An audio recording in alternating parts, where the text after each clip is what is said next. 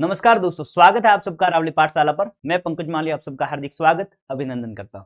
तो हमारा चैप्टर चल रहा था क्लास 10 का, कौन सा? प्रकाश का परावर्तन और अपवर्तन। और उसमें हमने परावर्तन से होने वाले बहुत सारी चीजें पढ़ी थी, जैसे कि गोलीय दर्पण में अपने अवतल दर्पण, उत्तल दर्पण, उनसे बनने वाले प्रतिबिंब, उन सब के बारे में हमने चर्चा कर ली थी। अब यहां पर हम आज पढ़ने वाले हैं अपवर्तन के बारे में। अब परावर्तन में तो क्या होता था कि प्रकाश की किरण आ रही थी और सामने क्या था? अपारदर्शी माध्यम। कैसा था? कैसा माध्यम था? अपारदर्शी माध्यम। मतलब प्रकाश की किरण उसके अंदर से होकर पार नहीं जा रही, तो यहीं से टकरा के वापस जा रही थी, उसको क्या बोल रहे थे अपन? परावर्तन। लेकिन अब हम पढ़ने वाले किसके बारे में? अपवर्तन। और इसके लिए माध्यम कैसा होता है? पारदर्शी माध्यम। कैसा माध्यम होता है? पारदर्शी। जैसे कि मेरे ये चश्मे का ग्लास देख सकते हो आप, इसमें से प्रकाश की किरण आ रही है और इसके पार से होकर गुजर रही है, तो प्रकाश की किरण उसमें से होकर गुजर रही है। ये जो ठोस है उसमें से होकर भी प्रकाश की किरण गुजर रही है, और ये सारी घटनाएं किसमें होती है? अपवर्तन में। अब पारदर्शिक माध्यम में से जब प्रकाश की किरण गुजरती है तो क्या होता है? उस सब में क्या होते हैं? अपवर्तन की घटना मैक्सिमम होती है। तो उसके बारे में हम अपवर्तन की घटना पढ़ेंगे। किसी भी अपारदर्शक माध्यम में अपवर्तन की घटना नहीं होती है। लेकिन इससे पहले अगर आप अरावली पाठशाला पर नए हो तो वीडियो को लाइक करना, शेयर करना और चैनल को सब्सक्राइब करना ना भूलें। अब अपवर्तन क्या है? अपवर्तन क्या है? अब आपने अपने अपने जो डेली लाइफ है उसमें आपने देखा होगा कि बहुत जगह पर आपने दुकानों के आगे क्या देखा होगा कि कांच के गिलास में क्या रखते हैं? नींबू डाल के रखते हैं। अब वो नींबू होता तो छोटा है, लेकिन उस कांच के गिलास में पानी भरा हुआ होता है, जिसके कारण क्या होता है? अपवर्तन की घटना होती है, और उसके कारण हमको नींबू बड़ा दिखाई देता है। उसी प्रकार जैसे कि पानी है, उसके अंदर हम कोई भी चीज पड़ी है, जैसे पेन ही पड़ी है, तो वो पेन हमको मुड़ी हुई दिखाई देती है। कैसी दिखाई देती है? मुड़ी हुई दिखाई देती है। अब ये किस कारण से हुआ? तो ये भी हुआ किसके कारण? अपवर्तन के कारण। अब आपको शाम के समय जो सूर्य दिखाई देता है वो 2 मिनट पहले ही सूर्यास्त हो जाता है उसका, लेकिन हमको फिर भी आसमान में दिखाई देता है। किसके कारण? ये भी होता है किसके कारण? अपवर्तन के कारण। हमारा सूर्य जो आकाश में है वो सूर्यास्त या सूर्योदय के समय ऊपर देखना आप, जब सूर्य छोटा हो जाता है, लेकिन जैसे क्षितिज में आ जाता है तब क्या हो जाता है कि वो हमको बड़ा दिखाई देता है। ये भी किसके कारण हो रहा है? अपवर्तन के कारण। तारे हमको दिखाई देते हैं जो टिमटिमाते हैं, वो भी किसके कारण होता है? अपवर्तन के कारण होता है। पानी के अंदर किसी सिक्के को आप घर पर रखना, अब वो वास्तव में तो तली पर होता है, लेकिन हमको थोड़ा सा ऊपर उठा हुआ दिखाई देता है। किसके कारण? ये भी होता है अपवर्तन के कारण होता है। अब अपवर्तन क्या होता है इसको हम समझने वाले, लेकिन इससे पहले आपका एक प्रश्न पूछा जाता है। क्या? कई बार आपको 3 चीजें दी जाती है और फिर आपको पूछा जाता है कि इसमें से अपवर्तन क्या है, अपवर्तन की घटना कौन सी है, और उस अपवर्तन की घटना को आपको बताना होता है। अब ये जो एग्जाम्पल आपके एनसीईआरटी में दिए हुए कि अपवर्तन की घटना क्या कौन कौन सी है, तो पेंदे में रखे हुए सिक्के का ऊपर उठा हुआ दिखाई देना, पानी से भरे बीकर, पानी में डूबी पेंसिल का मुड़ा हुआ दिखाई देना, पानी में नींबू या अन्य चीजों का बड़ा प्रतीत होना। उसके बाद है तालाब में मछली का ऊपर उठाव देना। अब देखो पानी है, मछली का ऊपर उठाई देना, सिक्का का ऊपर ऊपर दिखाई देना, ठीक है। आप बाकी कुछ भी चीजें आपको ऐड करके दे सकते हैं। रात्रि में तारों का टिमटिमाना, सूर्योदय व सूर्यास्त के समय क्षितिज से नीचे होने पर भी सूर्य दिखाई देना, और इसमें अंतर कितना होता है? 2 मिनट का। ये मैंने आपको ब्लूप्रिंट वाले वीडियो में बताया था, ठीक है। सूर्योदय और सूर्यास्त के समय सूर्य का आकार बड़ा प्रतीत होना, आग के उस पार वस्तु का झिलमिलाते हुए नजर आना। अब आग होती है, उसके अंदर की जो वायु होती है उसको क्या होता है? घनत्व गर्म हो जाता है, प्रकाशिक घनत्व कम हो जाता है, इसके कारण होता है। ये आगे हम समझेंगे किस प्रकार से, ठीक है। अक्षरों के ऊपर कांच का स्लैब रखकर देखने पर वो बड़े प्रतीत दिखाई देते हैं। आपने देखा होगा कि हम कांच जो छोटे होते हैं, ठीक है, तो उससे क्या करते हैं? हम इस प्रकार से देखते हैं जिससे हमको बड़ा दिखाई देता है। ये सारे किसके कारण होता है? अपवर्तन के कारण ही होता है। अब अपवर्तन को समझने से पहले अपवर्तन होता क्या है? कुछ नहीं होता अपवर्तन, कि जो प्रकाश की किरण होती है उसकी चाल क्या होती है? 3 × 10⁸ मीटर पर सेकंड होती है निर्वात में। अब जब वो एक माध्यम से, जैसे ठोस निर्वात से आ गई गैस में, गैस से आ गई द्रव में, या द्रव से जब ठोस में, अब वो एक माध्यम से दूसरे माध्यम में जब जा रही है तो जो प्रकाश की किरण है उसकी गति प्रभावित होती है उससे। यहां पर जैसे निर्वात में सबसे ज्यादा थी, फिर वापस उससे गैस में चली आई तो उसकी स्पीड थोड़ी धीमी हो गई। अब स्पीड धीमी होने के कारण क्या होता है कि वो सीधी प्रकाश, हमने अभी तक क्या पढ़ा है कि प्रकाश की किरण सीधी जाती है, प्रकाश की किरण सीधी जाती है, लेकिन जब माध्यम परिवर्तन होता है तो क्या होता है कि अगर वो तिर्यक आपतित होती है तो वो मुड़ जाती है, उसका जो पथ होता है उससे मुड़ जाती है, और इसी को क्या कहते हैं, अपवर्तन कहते हैं। तो अपवर्तन क्या है, सामान्य जो प्रकाश की किरण माध्यम चेंज होने पर जो सघन माध्यम या विरल माध्यम में से या सघन माध्यम से विरल या विरल माध्यम से सघन माध्यम में जाती है तो क्या करता है, उसका पथ परिवर्तित हो जाता है। यही क्या है, अपवर्तन की घटना। अब कैसे, देखिए हमने अभी तक क्या पढ़ा है कि प्रकाश की जो चाल है वह कितनी है, 3 × 10⁸ मीटर पर सेकंड। इस गति से प्रकाश गति करता है, और ये कहां पर है, ये है निर्वात में। प्रकाश की चाल कहां पर, निर्वात में है। अब ये मान लो निर्वात से आ गई कहां पर, वायु में। अब यहां पर माध्यम क्या है, वायु। माध्यम क्या होता है, जैसे जहां पर हम बोलते हैं कि आप किसके माध्यम से यहां पर आए, तो आप बोलोगे बाय बस, बाय ट्रेन, ठीक है। तो जिसके द्वारा हम एक जगह से दूसरे स्थान पर जाते हैं वो क्या कहलाता है, माध्यम। उसी प्रकार ये प्रकाश की किरण है, उसको जाने के लिए किसी जैसे चलने के लिए कोई माध्यम चाहिए, तो वो क्या है, जैसे यहाँ पर निर्वात में भी प्रकाश की विद्युत चुंबकीय तरंग के रूप में गति करती है, जहां पर कोई माध्यम नहीं है वहां पर भी ये गति कर सकती है निर्वात में। फिर आ गई वायु में, अब वायु में भी ये चल रही है, तो इसके लिए माध्यम क्या है, वायु। फिर है वायु की जगह यहाँ पर अपन गैस लिख देते हैं, ठीक है, गैस। फिर ये आ गई मान लो किसी द्रव में, और यहां पर आ गई ठोस में। तो जो प्रकाश की किरण होती है वो निर्वात में तो स्पीड से चलती है, 3 × 10⁸ मीटर पर सेकंड से, बहुत ही फास्ट। ऐसे प्रकाश हमेशा सीधी रेखा में गति करता है, लेकिन जब ये निर्वात से गैस में आता है तो इसकी स्पीड होती है वो क्या हो जाती है, धीमी हो जाती है। इसकी स्पीड धीमी हो जाती है, तो निर्वात में सबसे स्पीड ज्यादा कहाँ थी, निर्वात में। फिर जैसे ही गैस में आ जाती है तो गैस में क्या होती है, इसकी जो गति होती है वो धीमी हो जाती है। लेकिन गैस से और जब द्रव में आती है तो इसकी गति और धीमी हो जाती है, और द्रव से जब ठोस में आती है तो इसकी गति और धीमी हो जाती है, इसकी गति और धीमी हो जाती है। अब क्यों होती है कि जिस प्रकार से हमने एक द्रव्यमान घनत्व पढ़ा था, क्या पढ़ा था, द्रव्यमान घनत्व। क्या होता है, हमने पढ़ा था कि ठोस में बहुत ही कण पास पास में होते हैं, है?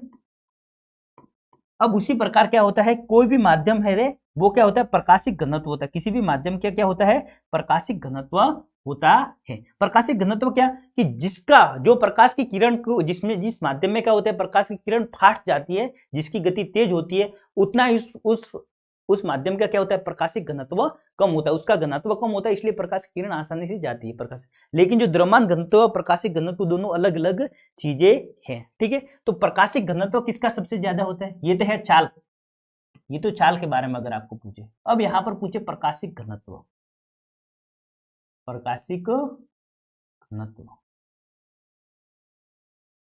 ठीक है। निर्वात का कितना होता है, तो निर्वात का कम। अब है गैस की बारी, गैस में इससे कम। द्रव का गैस से भी कम, और ठोस का सबसे ज्यादा। अब यहां से प्रश्न कैसे बनेगा, प्रश्न ऐसे बन सकता है कि आपको पूछेगा कि प्रकाश की चाल सबसे ज्यादा किसमें होती है, तो आपको आंसर निर्वात, ठोस, द्रव या गैस, तो आपका आंसर होगा निर्वात। कंपैरिजन करने का है तो सबसे ज्यादा निर्वात में, फिर गैस में, फिर द्रव में, और फिर ठोस में। अब अगर आपको पूछे प्रकाशिक घनत्व सबसे ज्यादा किसका है, तो आपका आंसर होगा ठोस का। प्रकाशिक घनत्व सबसे कम किसका है, निर्वात का। जितना प्रकाशिक घनत्व कम होगा उतनी ही प्रकाश किरण की गति क्या होगी, तेज होगी। ये आपने समझ लिया यहाँ तक। अब देखो, अब प्रकाश की किरण होती है, क्या होता है कि ये मान लो कोई भी पृष्ठ है,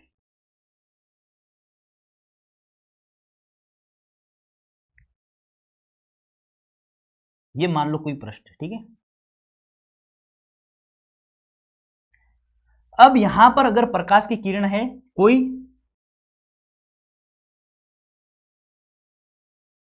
कोई प्रकाश की किरण है, वो जब सीधे आपतित हो जाती है उस माध्यम पर, ऐसे सीधे आपतित होती है तो अपवर्तन की घटना नहीं होती है। पहली चीज तो ये याद रखना, ठीक है। क्यों, क्योंकि जब ये प्रकाश की किरण तीर से आपतित होती है, ये मान लो ये यहां पर ये दो माध्यम है।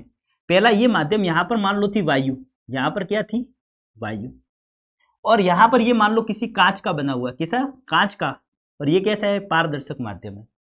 अब इसमें से प्रकाश की किरण गुजरेगी, और इसमें से गुजरने के बाद वापस यहाँ पर मान लो क्या आ गई, वायु आ गई। अब ये प्रकाश की किरण, पहला ये सरफेस आ गया, ये मान लो ए और बी। अब ये है प्रकाश की किरण, यहां से इसमें प्रवेश करेगी, तो इसका प्रकाशिक घनत्व जिसका कम होता है, प्रकाशिक घनत्व जिसका कम होता है, वो क्या कहलाते हैं? वो कहलाता है विरल माध्यम। क्या कहलाता है? विरल माध्यम। क्या कहलाता है? एक बार फिर बोलो, विरल माध्यम। अब वायु विरल माध्यम में माध्यम सघन या विरल होता है, वो किसी एक के सापेक्ष होता है। अगर मैंने आपको ये रेखा खींच दी, अब मैं ये पूछूं आपको कि ये रेखा बड़ी है या छोटी है, तो आप बोलोगे सर ये रेखा क्या है? ये रेखा बड़ी है, इसके आसपास कुछ नहीं है, ठीक है। अब अगर मैं इसके पास एक और ये रेखा खींच दूं, फिर आपको पूछूं कि ये रेखा बड़ी है या छोटी है, तो आप बोलोगे सर ये रेखा इससे छोटी है। तो कोई जो माध्यम होता है वो सघन या विरल किसी के सापेक्ष होता है, किसी के सापेक्ष होता है। कोई व्यक्ति बड़ा या छोटा कब महसूस करता है? जब उसके सामने कोई बड़ा आ जाता है तभी। तो कोई माध्यम होता है वो किसी के सापेक्ष सघन या विरल होता है। अब आपको अगर मैं पूछूं ये दो माध्यम निर्वात तथा गैस, अब इसमें से अगर आपको पूछूं कि बेटा सरल विरल माध्यम कौन सा है, तो जिसका प्रकाशिक घनत्व क्या होगा? सबसे कम। प्रकाशिक घनत्व क्या होगा? जिसका कम होगा वो होगा विरल, और जिसका ज्यादा होगा वो होगा सघन। तो अब अगर मैं आपको पूछूं निर्वात है वो विरल माध्यम है, इन दोनों में आपको कंपैरिजन करूं तो आप क्या बताओगे कि ये जो निर्वात है ये विरल माध्यम है, गैस होगा सघन माध्यम। अगर यही कंपैरिजन मैं इन दोनों के बीच में कर दूं कि गैस और द्रव में सघन और विरल कौन सा है, तो ये होगा क्या? विरल, और ये यहाँ पर हो जाएगा ये क्या हो जाएगा? सघन हो जाएगा, ठीक है।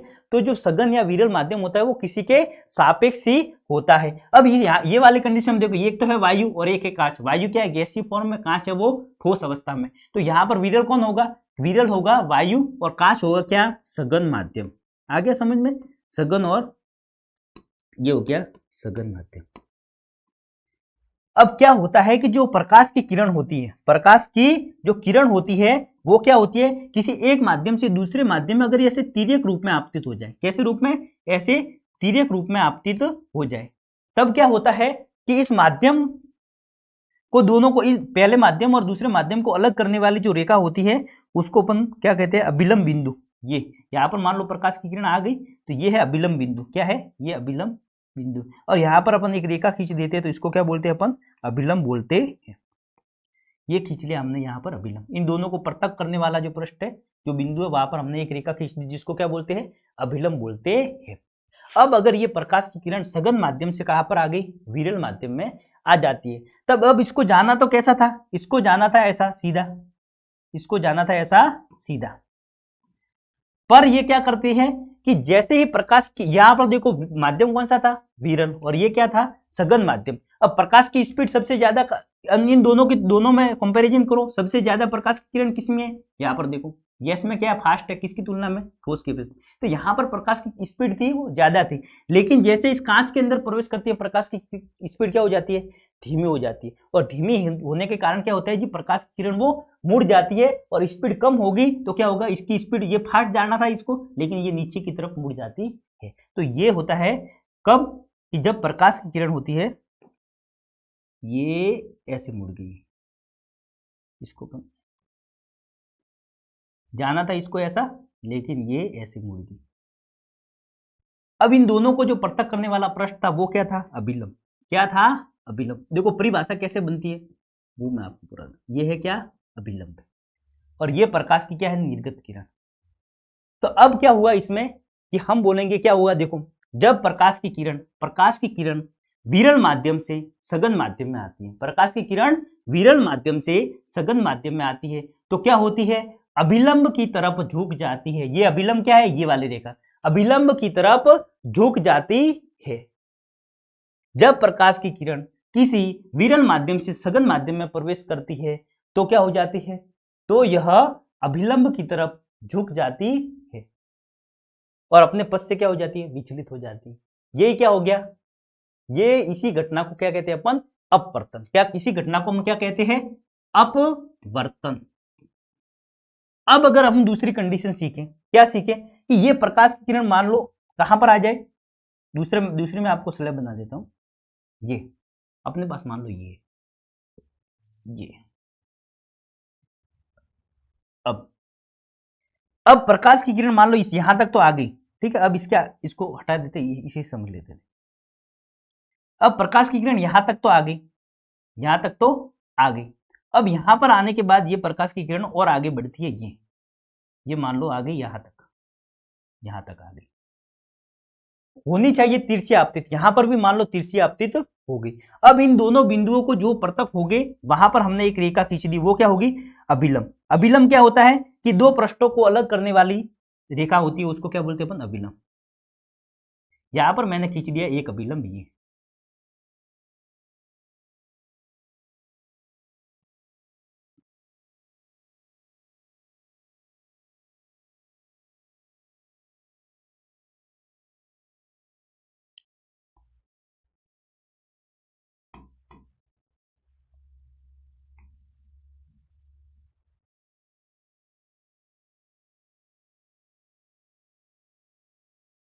यहां पर मैंने खींच दिया अभिलंब यार, ये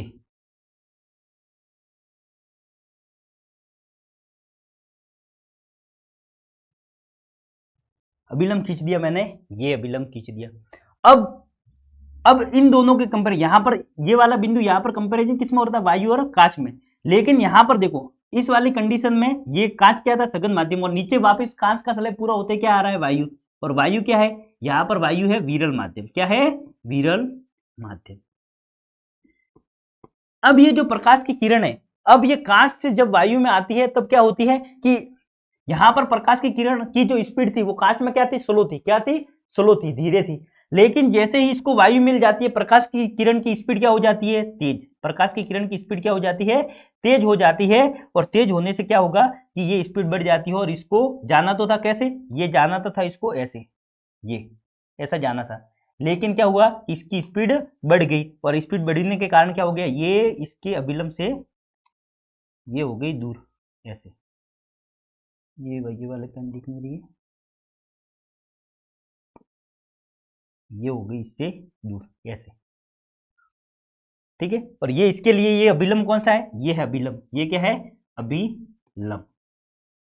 तो दूसरी चीज क्या हुई कि जब प्रकाश इसका जस्ट उल्टा हो गया, क्या हुआ कि विरल से सघन में आ रही थी तब तो अभिलंब की तरफ झुक रही है। लेकिन जब क्या हुआ, सघन से विरल में आ रही है तो प्रकाश की चाल में क्या हो गई? वृद्धि हो गई, जिसके कारण ये अभिलंब से दूर हट गई। और यही क्या है? ये भी क्या है? अपने पथ से विचलित हो गई। सीधी जाना था लेकिन क्या हो गई? मुड़ गई।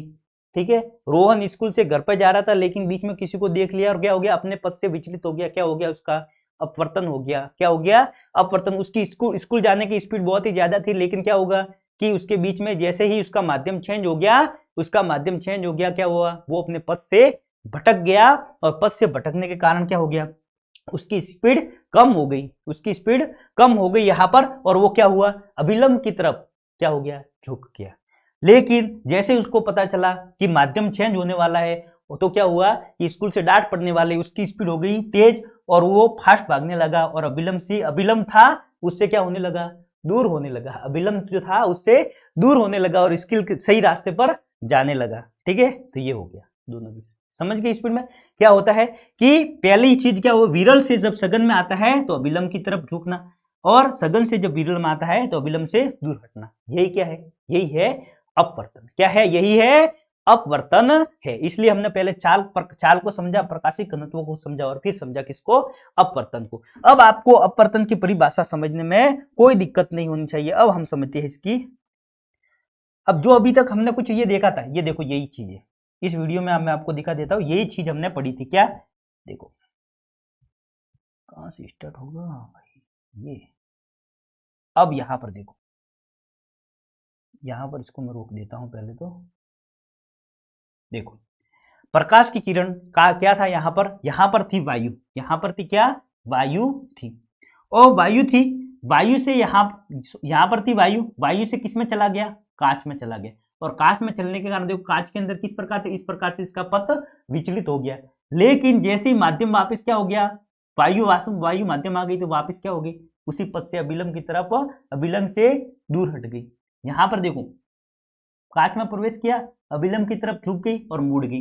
वापिस कांच से बाहर निकली, क्या हुआ? अभिलंब से दूर हट गई। लेकिन यहां पर देखो आने वाली दोनों किरण एक दूसरे से समांतर, ये जब मैं आपको ये स्लैब वाला पूरा प्रैक्टिकल हम अपन प्रयोग समझेंगे तब मैं आपको बताऊंगा दोनों किरणें कैसे समांतर हो जाती है। ठीक है, यहां पर आप देख सकते हो यही क्या है, अपवर्तन की घटना। यही जो वीडियो में चल रही है यही क्या है, अपवर्तन की घटना। देखो प्रकाश की किरण का एक माध्यम से दूसरे माध्यम में जाने पर अपने पथ से विचलित हो जाना ही क्या कहलाता है, अपवर्तन कहलाता है। और विचलित कैसे होती है, जब प्रकाश की किरण क्या होती है, सघन माध्यम से विरल माध्यम में आती है तो क्या होता है, अभिलंब की तरफ झुक जाती है। क्यों, क्योंकि प्रकाश की चाल हो गई है कम। और जब प्रकाश की किरण है वो सघन माध्यम से विरल माध्यम में आ रही है तो प्रकाश की किरण की चाल होती है वो वापस तेज हो जाती है, इसके कारण अभिलंब से दूर हट जाती है।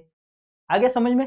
लेकिन एक तीसरा पॉइंट और, क्यों, अगर प्रकाश की किरण सीधी आपतित होती है तो अपवर्तन की घटना नहीं होती है, तो अपवर्तन की घटना नहीं होती, उसके लिए तिर्यक आपतित होना आवश्यक है। चलो तो अब हम समझ लेते हैं परिभाषा आप कैसे लिखोगे। प्रकाश का अपवर्तन किसी समांगी एवं पारदर्शी माध्यम, देखो जरूरी क्या है, समांगी तथा पारदर्शी माध्यम में प्रकाश की किरण सीधी रेखाओं में एक ही चाल से चलती है। जब क्या हो, एक ही माध्यम हो, समांगी माध्यम, जैसे दोनों माध्यम, जैसे वायु वायु है तो पूरी वायु एक ही माध्यम है, तब तो प्रकाश की किरण सीधी चलती है। ठीक है, परंतु जब प्रकाश की किरण एक पारदर्शी माध्यम से दूसरे पारदर्शी माध्यम में तिर्यक आपतित होती है, तिर्यक कैसी, तिरछी दिशा में आपतित होती है, होकर संचरण करती है, तो दोनों माध्यम को पृथक करने वाले पृष्ठ पर इसके संचरण की दिशा प्रारंभिक दिशा से विचलित हो जाती है और इसी घटना को प्रकाश का परावर्तन कहते हैं।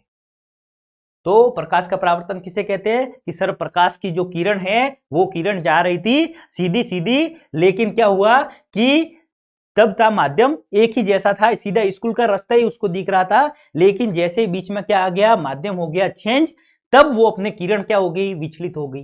किरण अपने पथ से विचलित हो गई, वो सीधी जा रही थी लेकिन अपने पथ से विचलित हो गई, इसी को क्या कहते हैं, अपवर्तन कहते हैं। तो क्या होता है अपवर्तन कि किसी समांगी एवं पारदर्शी माध्यम में प्रकाश की किरण सीधी रेखाओं में एक ही चाल में चलती है, परंतु जब प्रकाश की किरण एक पारदर्शी माध्यम से दूसरे पारदर्शी माध्यम में तिर्यक आपतित होती है या संचरण करती है तो दोनों माध्यम को पृथक करने वाले पृष्ठ पर, दोनों माध्यम को पृथक करने वाले पृष्ठ पर, कौन से बिंदु पर, यहां पर देखो विचलित, यहां तक कोई विचलित नहीं हो रही सीधी, लेकिन जैसे ही दोनों को पृष्ठ करने वाला माध्यम चेंज हुआ वहां पर विचलित हो गई, विचलित हो जाती है। इस परिघटना को प्रकाश का अपवर्तन कहते हैं। और इसमें कौन सी कंडीशन, तीन हमने पढ़ी थी, कौन कौन सी, जब प्रकाश की किरण विरल माध्यम से प्रकाशिक सघन माध्यम में, कौन सा विरल या सघन कब होता है, प्रकाशिक विरल किसको बोलते हैं, प्रकाश की किरण क्या होती है जिसमें फास्ट होती है। प्रकाशिक सघन किसको बोलते हैं, प्रकाशिक सघन माध्यम जिसका प्रकाशिक घनत्व क्या हो, प्रकाशिक घनत्व जिसका क्या हो, अधिक हो, और वो क्या हो, जिसमें प्रकाश की जो किरण है वो धीरे गति से चाल जिसकी क्या हो जाए, कम हो जाए। तो प्रकाशी सघन माध्यम में प्रवेश करती है तो अभिलंब की ओर झुक जाती है या वेग कम हो जाता है, इसका कोण कम हो जाता है, और इसी को क्या बोलते हैं अपन, इसी को बोलते हैं हम अपवर्तन कहते हैं। अब इसका उल्टा, जब प्रकाशी किरण सघन माध्यम से विरल माध्यम में जाती है, मतलब अगर कांच से वायु में जा रही है तो वह आपतित किरण अभिलंब से दूर हट जाती है, मतलब क्या होता है, वेग ज्यादा हो जाता है प्रकाश का, ठीक है, एंगल उसके कम हो जाता है। यदि किरण इन पृथक कार्य पृष्ठों पर लंबवत गिरती है, मतलब सीधी गिरे, जैसे यहां पर क्या हो रही थी, तिरछी आपतित हो रही है, ये देखो ऐसे तिरछी आपतित हो, अगर ये सीधी आपतित हो, ये यहां पर ही आपतित हो तो अभिलंब बनेगा, नहीं बनेगा। तो आपतन कोण I तथा अपवर्तन कोण R परस्पर बराबर होने से किरण में विचलन नहीं होता है। अब देखो सर, ये आपतन कोण I और परावर्तन कोण R कहां पर आ गए, तो ये देख दो, जहां पर प्रकाश की ये है अभिलंब और ये है आपतित किरण, ये है अभिलंब और ये क्या है, ये है आपतित किरण, ये है ये पृष्ठ आ गए, दोनों माध्यम का जो पृष्ठ है वो, ये है अभिलंब, ये है परावर्तित, इसको अपवर्तित बोलेंगे, इसको वहां पर हम क्या बोलते हैं, परावर्तित, इसको बोलेंगे अपन अपवर्तित किरण। ठीक है, इन दोनों के बीच अभिलंब तथा आपतित किरण के बीच में बनने वाले कोण को क्या कहते हैं अपन, आपतन कोण, और इसको अपन I से डिनोट करेंगे। फिर ये निर्गत किरण और ये अभिलंब है, इन दोनों के बीच में बनने वाले कोण को अपन R से बने, अपवर्तन कोण। ठीक है, तो ये दोनों कोण I तथा R है, परावर्तन तथा अपवर्तन कोण।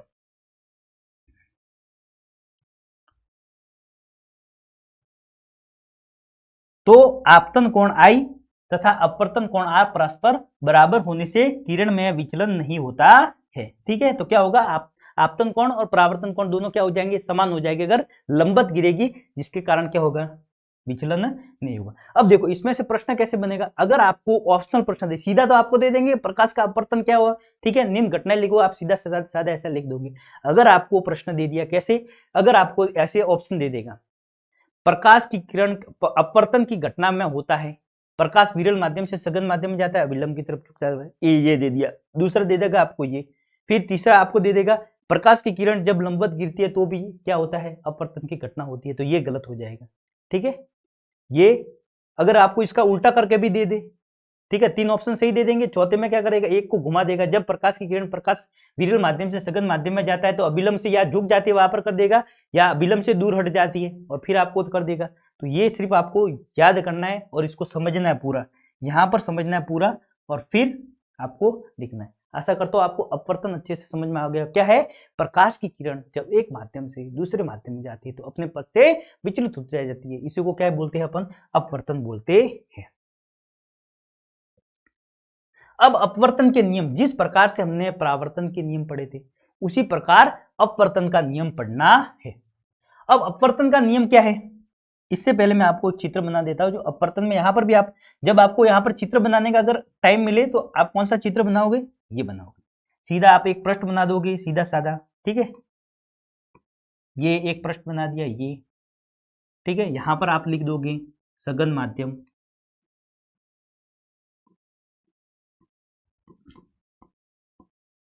ये लिख दोगे आप विरल माध्यम।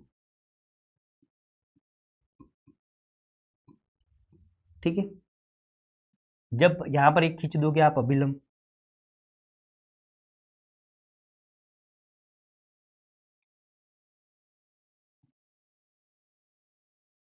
ये है अपना क्या, अभिलंब, ये हो गया क्या, अभिलंब।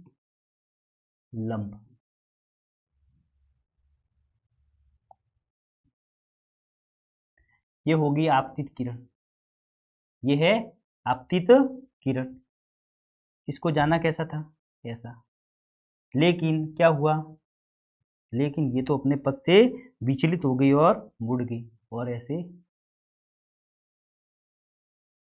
ये, ठीक है, हो गया।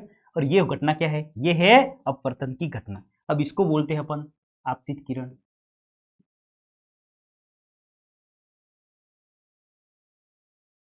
ये है कौन सी, अपवर्तित किरण, इत किरण। अभिलंब तथा आपतित किरण के बीच के कोण को क्या कहते हैं अपन, आपतन कोण। क्या कहेंगे इसको, आपतन कोण। अभिलंब तथा अपवर्तित किरण के बीच के कोण को क्या कहेंगे अपन, अपवर्तन कोण। वहां पर क्या था, परावर्तन कोण, लेकिन यहां पर क्या है, अपवर्तन कोण। आगे समझ में।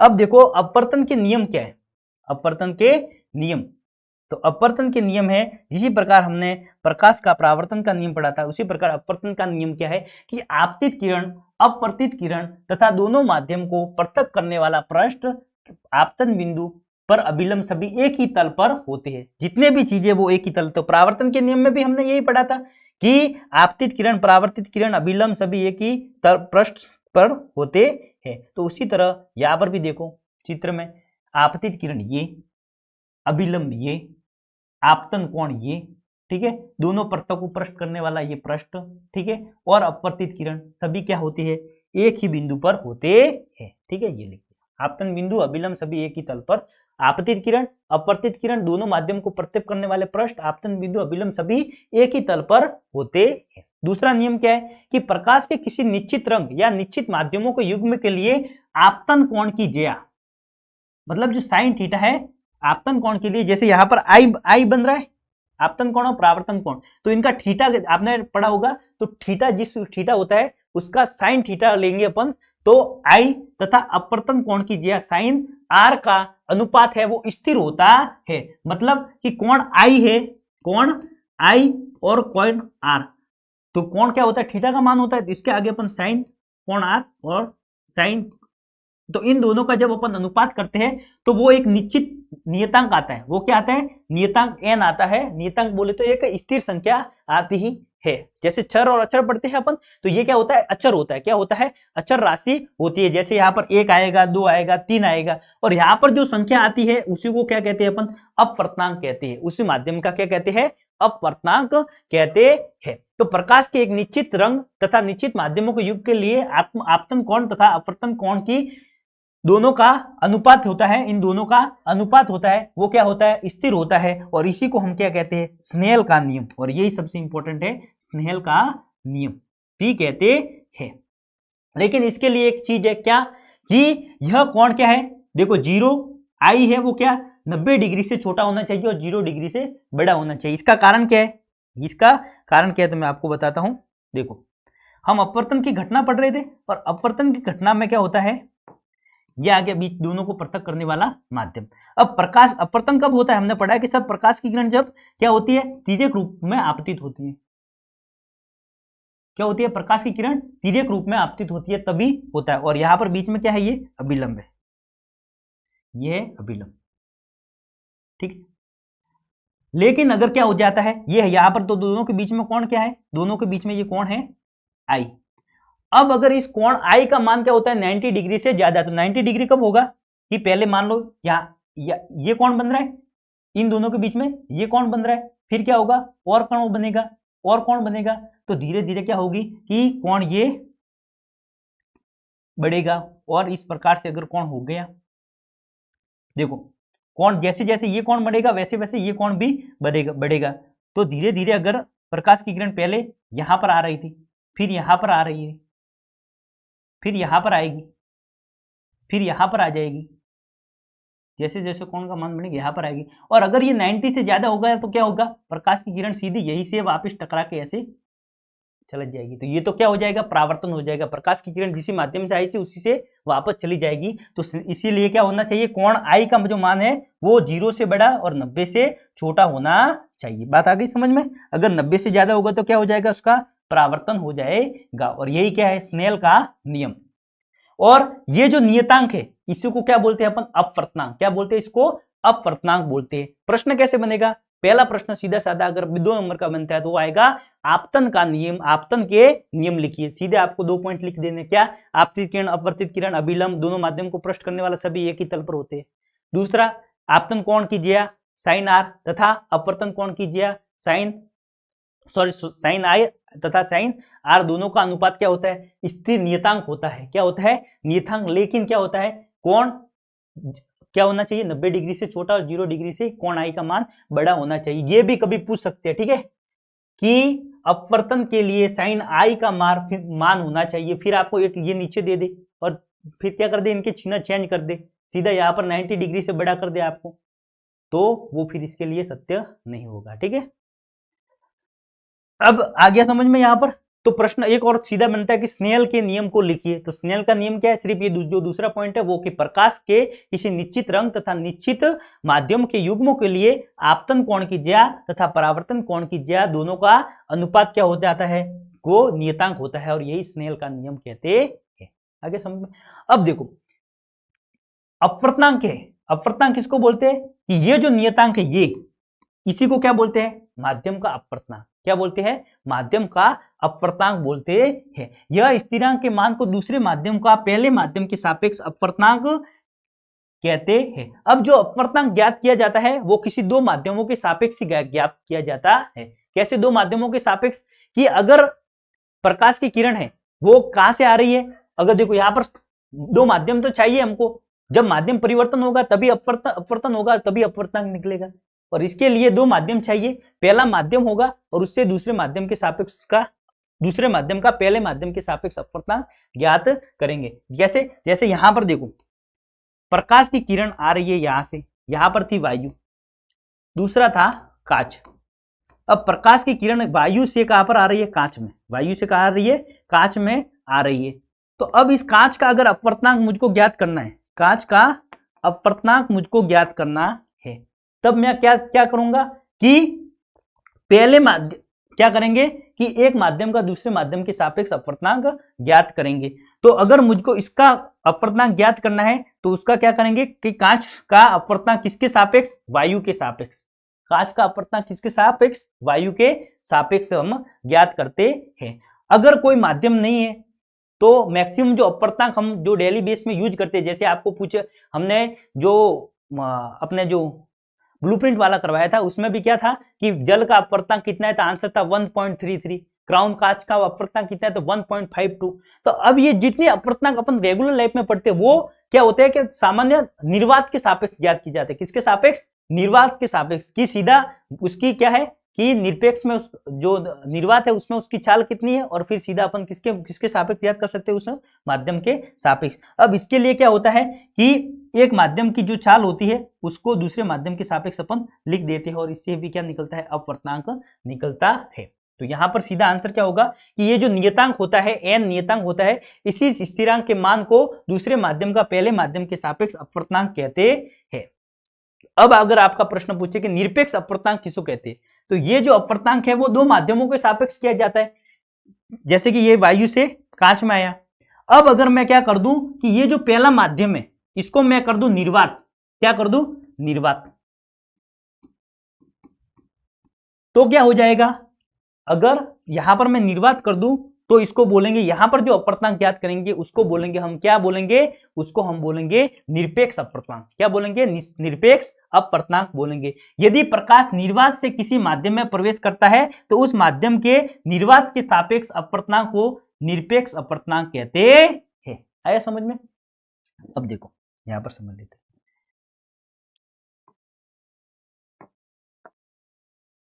1 2 3, ठीक है।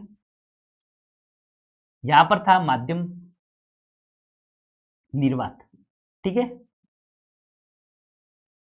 यहां पर माध्यम क्या था, निर्वात, और यहां पर था निर्वात। यहां पर था गैस या वायु, यहां पर था द्रव और यहां पर था ठोस। अगर प्रकाश की किरण कहां से आ रही है, निर्वात से अगर आ गई यहां पर, यहां से आ रही है इसमें, निर्वात से कहां पर आ रही है, इसमें, और यहां पर अगर आके यहां पर इसमें क्या हो रहा है, विचलन हो रहा है। विचलन अब चाहे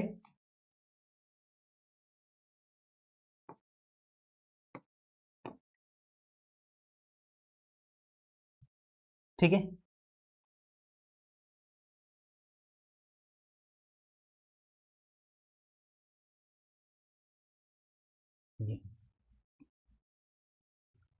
भले ये जो मैं कर रहा हूं तब आपको इसकी स्पीड 2x में कर सकते हो, ठीक है। अब देखो ये जो सारा क्या हो रहा है, एक माध्यम से दूसरे माध्यम में आ रहा है। अब अगर दोनों माध्यम से एक सब में क्या है, निर्वात है। अगर ये गैस है तो इसका मैं पूछूं कि इसका अपवर्तनांक क्या है, तो अगर ये पहला माध्यम क्या है, निर्वात है, तो इसको क्या बोलेंगे अपन कि गैस का अपवर्तनांक किसके सापेक्ष, निर्वात के सापेक्ष। तो ये मान लो माध्यम है 1 और सॉरी ये है माध्यम क्या है 1, ये है माध्यम 2, ये एक माध्यम और ये है 2, एक माध्यम और एक 2। अब ये जो n है वो क्या है, सीधा अपने स्थिरांक है, sine I upon sine R. अब इसको हम प्रकाश की चाल से भी दर्शा सकते हैं कि इतनी यहाँ पर प्रकाश की चाल है, इन दोनों के अनुपात के रूप में भी हम इसको लिख सकते हैं। अपवर्तनांक को अपन क्या कर सकते हैं, दोनों की माध्यम में प्रकाश की चाल के रूप में भी लिख सकते हैं। देखो स्पीड ऑफ लाइट वैक्यूम और speed of light in medium, ठीक है, दोनों के अनुपात में जो प्रकाश की चाल है उसके रूप में अभी हम लिख सकते हैं। अगर निर्वात में है तो ये है माध्यम, हम माध्यम जब अपवर्तनांक ज्ञात करते हैं, अपवर्तनांक को n से प्रदर्शित करते हैं, किससे, n से। अब अगर मैं लिखो अब n/1 तो अब इस n/1 का मतलब क्या है, n/1 का मतलब ये है कि मैं किसका ज्ञात कर रहा हूं, अपवर्तनांक, मैं अपवर्तनांक ज्ञात कर रहा हूं इस गैस का, माध्यम 2 का, माध्यम 2 का माध्यम 1 के सापेक्ष अपवर्तनांक। क्यों, क्योंकि अपवर्तनांक हमेशा दो चीजों के बीच में कंपैरिजन करके ही ज्ञात किया जाता है। अपवर्तनांक हमेशा किसी माध्यम के सापेक्ष ज्ञात किया जाता है। अब मैं अगर यहां पर इसकी जगह पर यहां पर मैं क्या रख दूं, यहां पर अगर मैं वायु रख दूं तो वायु का द्रव के सापेक्ष अपवर्तनांक हो जाएगा, ठीक है। यहां पर मैं अगर क्या रख दूं, द्रव रख दूं तो द्रव का ठोस के सापेक्ष अपवर्तनांक हो जाएगा। तो किसी के सापेक्ष अपवर्तनांक होता है। अगर मैं यहां पर आपको लिख दूं कि N21 लिखूं तो इसका मतलब क्या है कि माध्यम 2 का माध्यम 1 के सापेक्ष अपवर्तनांक, माध्यम 2 का माध्यम 1 के सापेक्ष अपवर्तनांक। अब यहां पर देखो पहला क्या है, निर्वात, सब में क्या है, निर्वात है, निर्वात है, निर्वात है। तो इसके लिए फॉर्मूला क्या होता है कि N1 अपॉन N2, ये तो इसके लिए क्या कर सकते हैं कि दोनों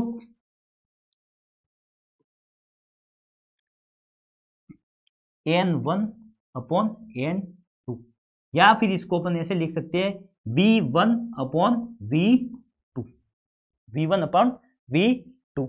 अब देखो पहले निर्वात में क्या है, पहले N1 में प्रकाश की चाल, माध्यम दूसरे में प्रकाश की चाल, यही लिखा हुआ V1 अपॉन V2।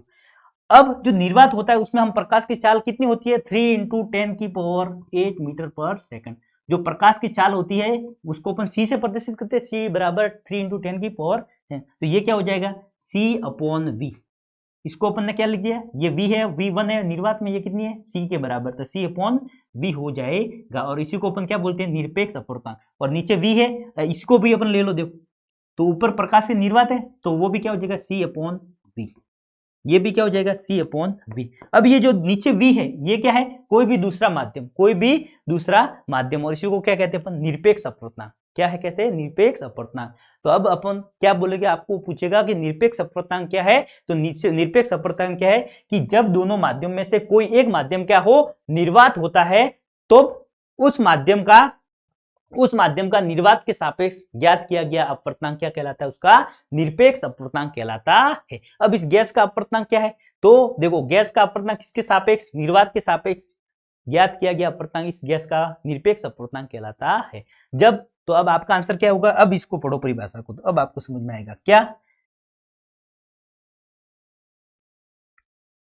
निरपेक्ष अपवर्तनांक क्या है, यदि प्रकाश निर्वात से किसी माध्यम में प्रवेश करता है तो उस माध्यम का, किस माध्यम का, उस माध्यम का निर्वात के सापेक्ष ज्ञात किया गया अपवर्तनांक क्या कहलाता है, निरपेक्ष अपवर्तनांक कहलाता है। आगे समझ में। अब देखो, अब ये जो टेबल है वो है इंपॉर्टेंट, ये आपके एग्जाम में पूछा जाता है कि ये सबका क्या दिया हुआ, निरपेक्ष अपवर्तनांक दिया हुआ, किसका, निरपेक्ष अपवर्तनांक दिया हुआ है।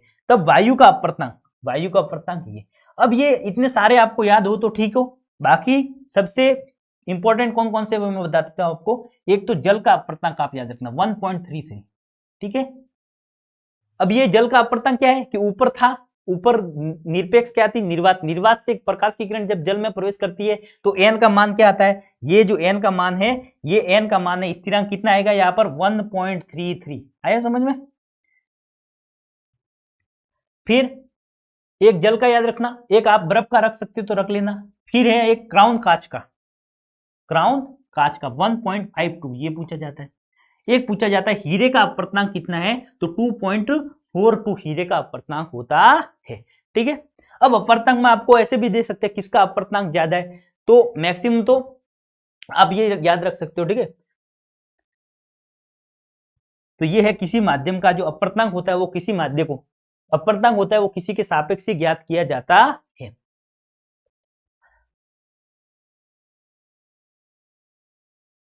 अब इस वाले चित्र को समझो, ठीक है, इस यहां पर ध्यान मत देना, अभी यहां पर देखो प्रकाश की किरण है, ये अभिलंब है, ये माध्यम पहला है एक, और ये है माध्यम पहला, दूसरा है दो, माध्यम n, ठीक है, ये है माध्यम पहला और ये है माध्यम दूसरा। अब प्रकाश की किरण P है, वो यहां से इस माध्यम में आ रही है, ऊपर थी वायु और नीचे है जल, ठीक है।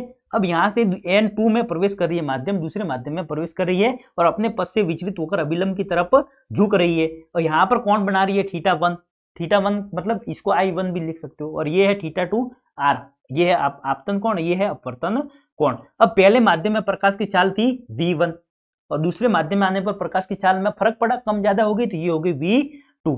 अब हमने पढ़ा था कि जो अपवर्तनांक है वो किसी माध्यम के सापेक्ष ज्ञात किया जाता है, अपवर्तनांक है वो किसी माध्यम के सापेक्ष ज्ञात किया जाता है।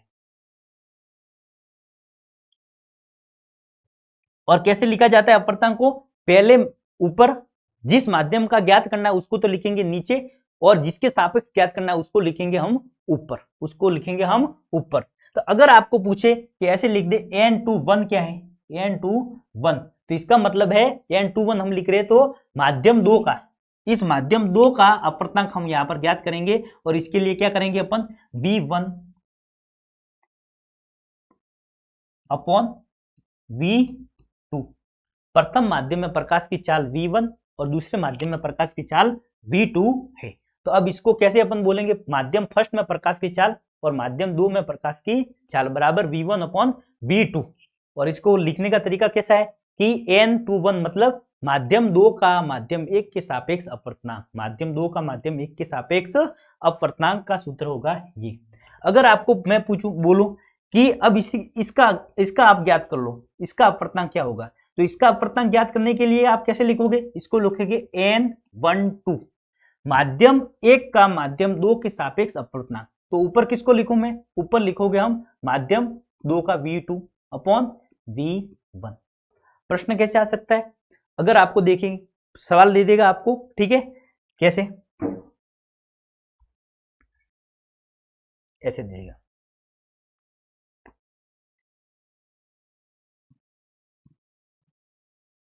किसी माध्यम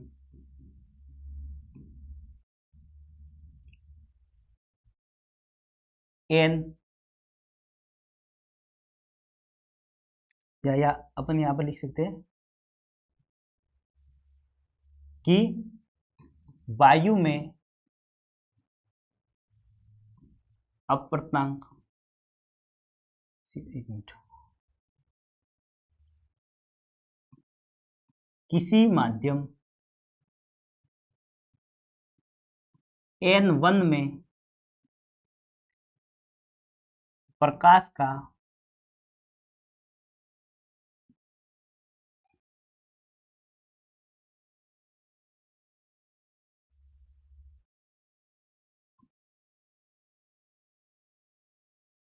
प्रकाश की चाल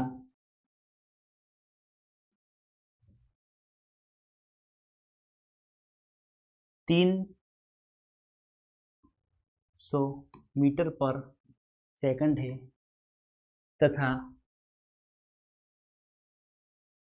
किसी माध्यम n2 में प्रकाश की चाल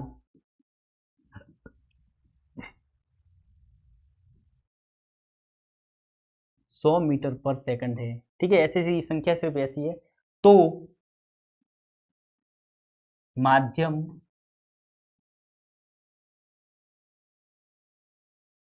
n2 का n1 की, फिर आपको दो प्रश्न दे दिए, तो पहला आपको दे दे माध्यम 2 का 1 के सापेक्ष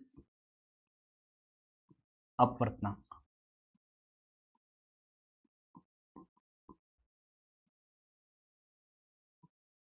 फिर दूसरा माध्यम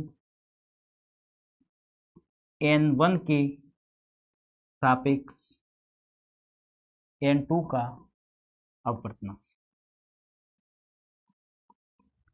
तब आप कैसे सॉल्व करेंगे, हमने जो अभी फॉर्मूले में पढ़ा था कि ऊपर कौन सा रखेंगे नीचे, तो यहां पर देखो माध्यम 2 का n2 का n1 के सापेक्ष अपवर्तनांक, तो यहां पर देखो दोनों की चाल दी हुई है, तो हमको ज्ञात क्या करना है, n माध्यम 2 का, तो लिखेंगे पैसे माध्यम 1 के सापेक्ष, ये लिखते हैं 1, अपवर्तनांक क्या होगा कि दोनों की चाल का अनुपात, तो नीचे किसका, जिसके सापेक्ष जिसका हमको ज्ञात करना है उसको तो लिखेंगे नीचे, तो 2 का अपवर्तनांक कितना दिया हुआ है, 2 में प्रकाश की चाल यहां पर आएगी क्या, v1 अपन v2।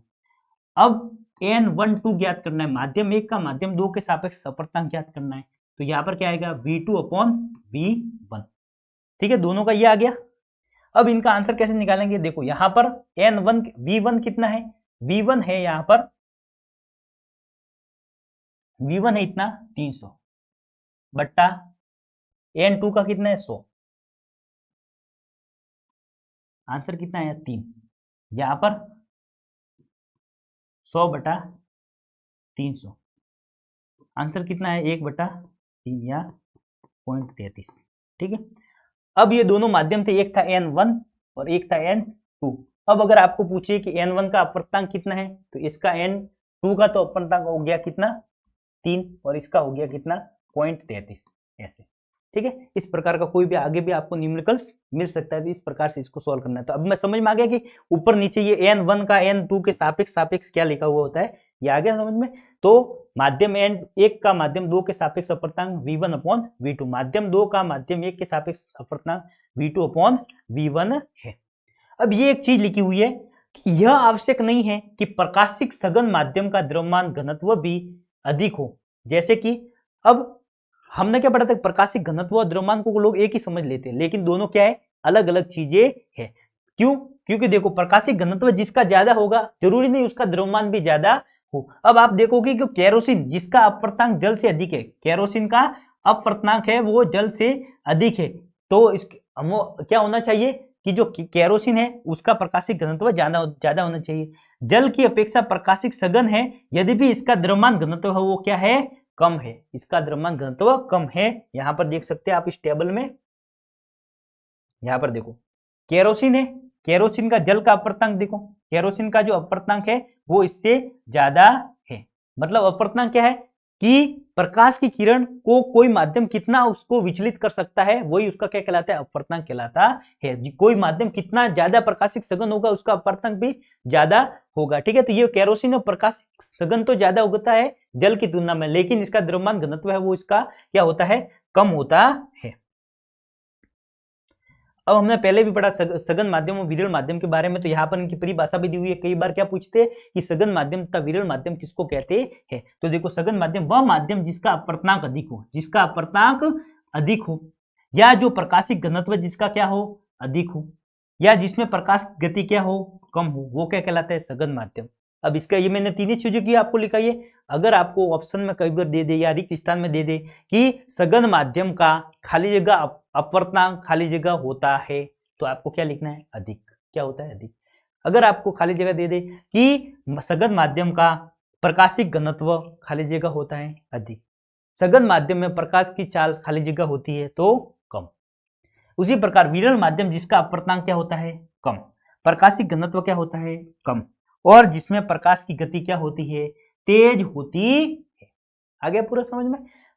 डायरेक्ट पूछे सघन माध्यम विरल माध्यम किसे कहते हैं, ये सघन माध्यम विरल माध्यम में अंतर क्या है, टेबल बना दो लिख। तो इस प्रकार से होता है क्या, सघन माध्यम था विरल।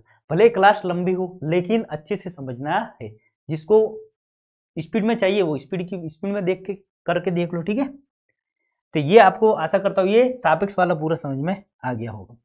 अब इसके बाद में है ये वाला पैटर्न, क्या है ये कि कांच के स्लैब के द्वारा, कांच के आयताकार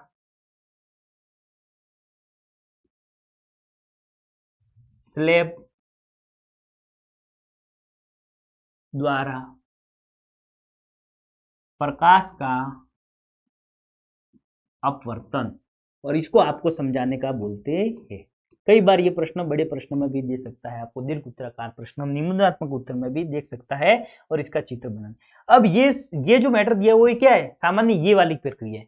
ये जो कांच का जो स्लैब है, आयताकार स्लैब है, उसमें प्रकाश की किरण आपको डालनी है, तब ये किस प्रकार से विचलित होती है ये आपको पूरा डायग्राम के माध्यम से समझाना है। और यही क्या है, ये है प्रकाश का क्या कहलाता है, ये कहलाता है प्रकाश का, ये प्रकाश के आयताकार स्लैब द्वारा प्रकाश का अपवर्तन। ठीक है, आगे समझ में। एक बार हम पूरा अपना बनाएंगे, उसके बाद इसको वापस देखेंगे। मैं आपको एक चीज समझाना चाहता हूँ इसलिए। ठीक है, वीडियो के अंत तक बने रहना है और चैनल को सब्सक्राइब जरूर करना है। अब ये इस वाले चित्र को हम देखेंगे बाद में, पहले हम करते इसका डायग्राम। अब देखो इस डायग्राम में क्या है, सबसे ले लेते हम पहले क्या, आयताकार स्लैब। तो ये आगे हमारे आयताकार स्लैब, आगे आयताकार स्लैब। ये है मान लो कोई कांच का स्लैब जो हमने वीडियो में देखा है वो। अब ये है कांच का बना हुआ, तो इसके अंदर माध्यम कौन सा हो जाएगा, इसके अंदर माध्यम कौन सा हो जाएगा, तो ये होगा अपना कौन सा,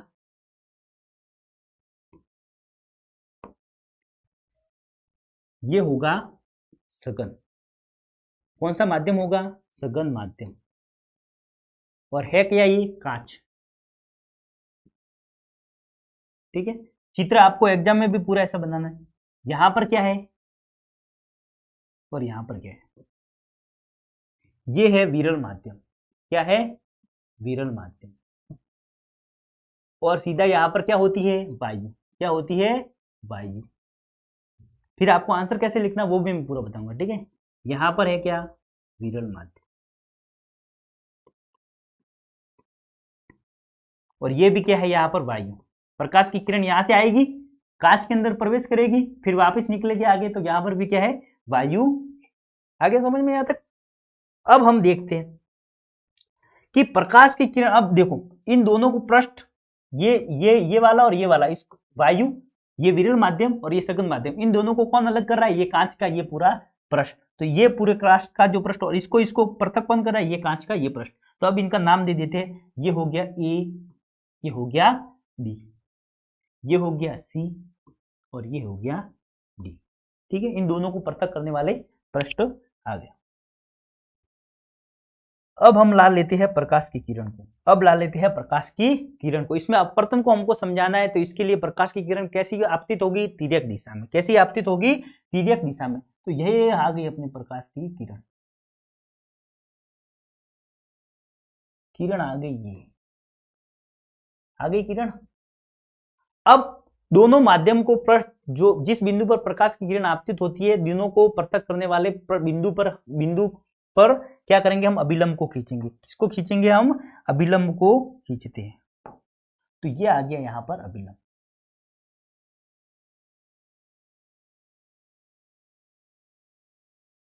ये खींच दिया हमने अभिलंब। ठीक है, अब अभिलंब खींच दिया। अब माध्यम देखो, विरल माध्यम से सघन माध्यम में आ रही है। प्रकाश की स्पीड क्या होगी? प्रकाश की स्पीड होगी कम, और कम होगी तो वो क्या होगी? अभिलंब की तरफ मुड़ जाएगी। तो अब इस प्रकाश की किरण को तो जाना तो कैसा था? इस प्रकाश की किरण को जाना था यहां से लेके ऐसे सीधा जाना था, ये यहां पर कैसे जाना था इसको? ठीक है, ऐसे ही जाना था। पर क्या हुआ कि ये प्रकाश की किरण अपने पथ से विचलित हो गई, और विचलित होने के कारण क्या हो गई? ये हो गई अपने पथ से विचलित और अभिलंब की तरफ झुक जाती है। किसकी तरफ झुक जाती है? अभिलंब की तरफ ऐसे झुक गई ये, और फिर ये आगे बढ़ गई। ये कैसे झुक गई? अभिलंब की तरफ झुक गई, और अभिलंब की तरफ झुक गई तो यहां पर दो कोण बन गए। कौन कौन से? अभिलंब तथा आपतित किरण के बीच में ये कोण बन गया, कोण आई। इसको अपन एक देते I1 नाम। और अभिलंब तथा अपवर्तित किरण के बीच में कोण बन गया R, इसको R1 अपन कहते हैं। ठीक है, तो ये देखो यहां पर क्या क्या है? ये है आपतित किरण, तो इसका नाम लिख देते अपन आपतित किरण।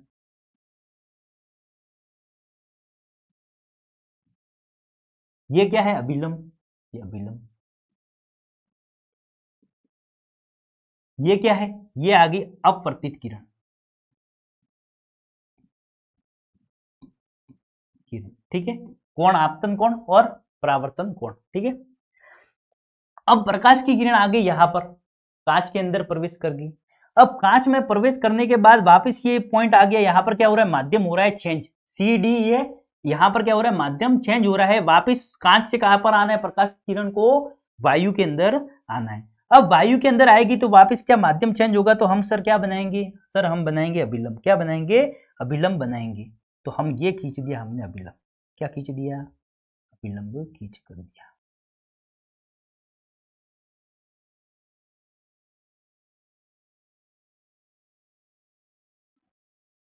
ठीक है, ये आ गया अभिलंब।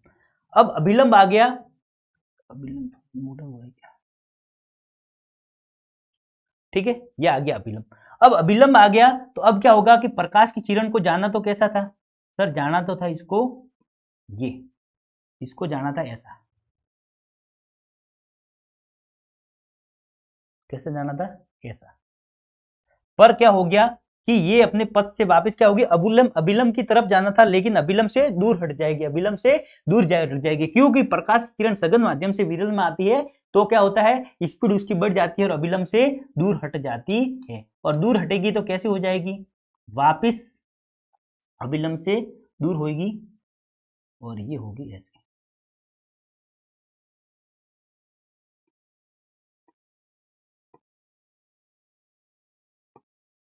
इसको ऐसे, ठीक है, ये हो गई वापिस यहां से दूर हो गई। अब सर ये हो गया क्या अपना अभिलंब, यहां पर क्या हो गया, ये अपना अभिलंब, अभिलंब ये क्या होगी, इसके लिए यहां पर ये अपवर्तित किरण थी, लेकिन इस बिंदु के लिए क्या होगी यहां पर आपतित। और ये जो किरण निकली है ये अपवर्तित अंतिम रूप से बाहर निकल रही है, तो इसको हम निर्गत किरण भी बोलते हैं। क्या बोलते हैं, निर्गत या अपवर्तित किरण भी, ठीक है, निर्गत किरण।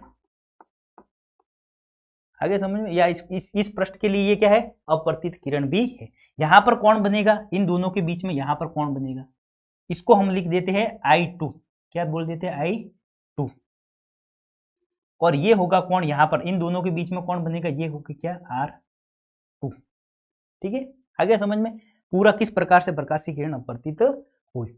अब ये जो किरण है, ये जो किरण है, ये दोनों क्या है, समांतर। बाहर जो निकल रही है किरण है वो हो गई समांतर।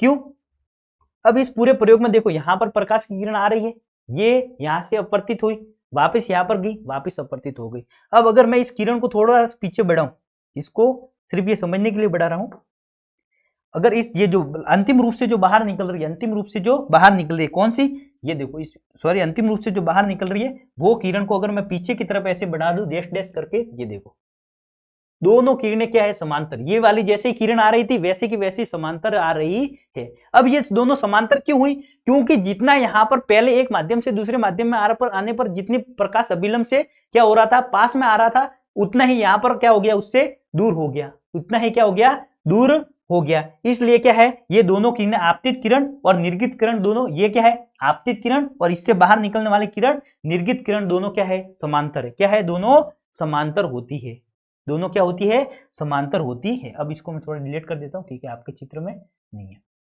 ये समझ में आ गया। देखो बाहर से निकलने पर भी दोनों, ये देखो ये आपतित किरण ऐसे सीधी आनी थी और ये दोनों क्या है, दोनों समांतर है। अब ये दोनों समांतर है, लेकिन इसमें क्या हुआ कि थोड़ा सा ये यहां पर क्या हो गया है, इसमें इन दोनों में फर्क आ गया है, डिफरेंस आ गया। कौन सा, ये इन दोनों में अंतर आ गया, ये वाला इतना। और ये जो डिफरेंस है यहां से लेकर, मान लो आपको इसको इन दोनों बिंदुओं को अपन यहां से लेकर, ये क्या है, ये इस वाले जो विस्थापन है यहां से लेकर ये जो विस्थापन होगा इसको अपन बोलते हैं पार्श्विक विस्थापन। क्या बोलते हैं इसको, ये कहलाता है अपना क्या, पार्श्विक विस्थापन। ये दोनों क्या है, दोनों एक दूसरे के समांतर है, दोनों एक दूसरे के क्या है, समांतर है। ठीक है, अब यहां पर देखो हम इन सब का नाम दे देते हैं। ठीक है, हम इन सब का नाम देते हैं, इनका आंसर कैसे लिखना है, पहला प्रयोग आपको चित्र कैसे बनाना है पूरा समझ में आ गया। अब इनका हम देते हैं नाम, इन दोनों को विभाजित करने वाले पृष्ठ जो बिंदु है उसको अपन बोल देते हैं O। इन दोनों को विभाजित करने वाले बिंदु को खोज देते हैं अपन O डैश। ये जो पॉइंट है जहां पर सारे किरणें मिलकर, इनको हम बोल देते हैं O डैश। ठीक है, ये वाली जो किरण है इसको हम नाम दे देते हैं P। ठीक है, और यहां पर ये जो किरण है इसको क्या देते हैं अपन, मान लो S। और ये जो निर्गत किरण है इसका नाम मैंने दे दिया R। ठीक है, अब इस पूरे प्रयोग में हमको क्या क्या चीजें समझ में आई है कि पहला चीज तो ये है कि आपतित किरण,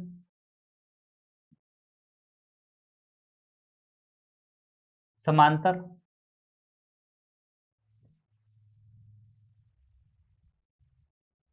तो पहली क्या है कि आपतित किरण कौन सी है, PO। इसको यहां पर हम क्या लिख देते हैं, यहां पर PO। ठीक है, या और निर्गत किरण, निर्गत कौन सी, O डैश R।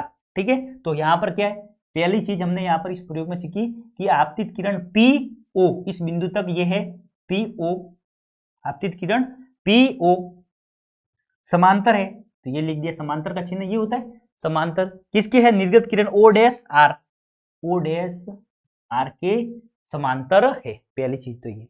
ठीक है, दूसरी चीज कि ये जो कोण होता है I, ये जो कोण I है वो किसके बराबर हो जाता है, इस कोण R के बराबर होता है। ये जो कोण आई है वो इस कोण R2 के बराबर होता है, उसी प्रकार ये कोण R1 है ये I2 के बराबर होता है। तो यहां पर दूसरा होता है कि कोण I1 है वो किसके बराबर होता है, कोण R2 के, और इसी तरह कोण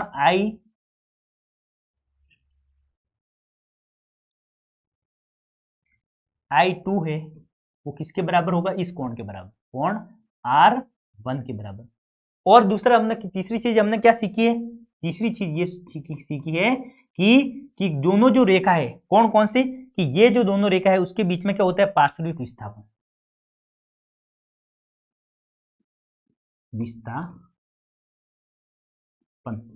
इसको मान लो मैं कोई भी एक्स वाई दे देता हूं, एक्स वाई, आगे समझ में, ये टोटल है इस प्रयोग का सार। अब लिखते हैं अपन आंसर। आंसर कैसे लिखेंगे, जब एक आयताकार slab A B C D के बिंदु के पृष्ठ ओ पर कोई भी परावर्तित किरण P आपतित होती है, तब वह माध्यम एक से विरल माध्यम से सघन माध्यम में प्रवेश करती है और अभिलंब की तरफ झुक जाती है, वहां पर कोण I1 तथा R2 का निर्माण करती है। यह किरण जब OS जो पृष्ठ है, पृष्ठ CD पर आपतित होती है, तब यह क्या होती है कि सघन माध्यम से विरल माध्यम में प्रवेश करती है, इसलिए अभिलंब से दूर हट जाती है तथा निर्गत किरण के रूप में निकलती है, किसमें, निर्गत OR के रूप में निर्गत होती है। लिख दिया ये यहाँ पर। फिर हमको लिखना है कि ये जो किरण, निर्गत किरण, आपतित किरण तथा निर्गत किरण दोनों क्या होती है, एक दूसरे के समांतर होती है, लेकिन इसमें पार्श्विक विस्थापन होता है। अब पहले का रीजन हमें यह बताना है कि दोनों समांतर क्यों होती है।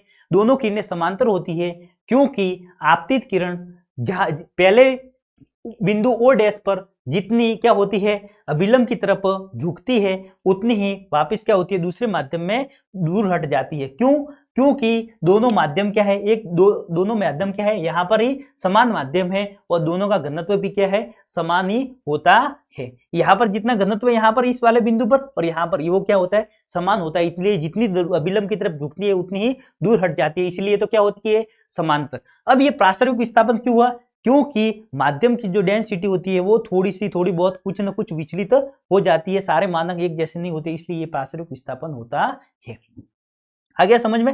ये पूरा इस प्रकार से आपको आंसर लिख देना है, इस प्रकार से पूरा आंसर लिख देना, और ये अच्छे से आपको समझ में आ गया होगा। अब आते हम देखो इस प्रयोग पर, जो हमने यहाँ पर जो सीखा है वो यहाँ पर देख लेते हैं। देखो, प्रकाश की किरण आई, पहले माध्यम में क्या होगी, अभिलंब की तरफ झुक गई। मैं यहाँ पर इसका अभिलंब ड्रॉ करता हूँ, ठीक है, ये आ गया इसका अभिलंब, अभिलंब की तरफ झुक गई, वापिस इसके लिए क्या आएगा, अभिलंब, अभिलंब से ये वापस,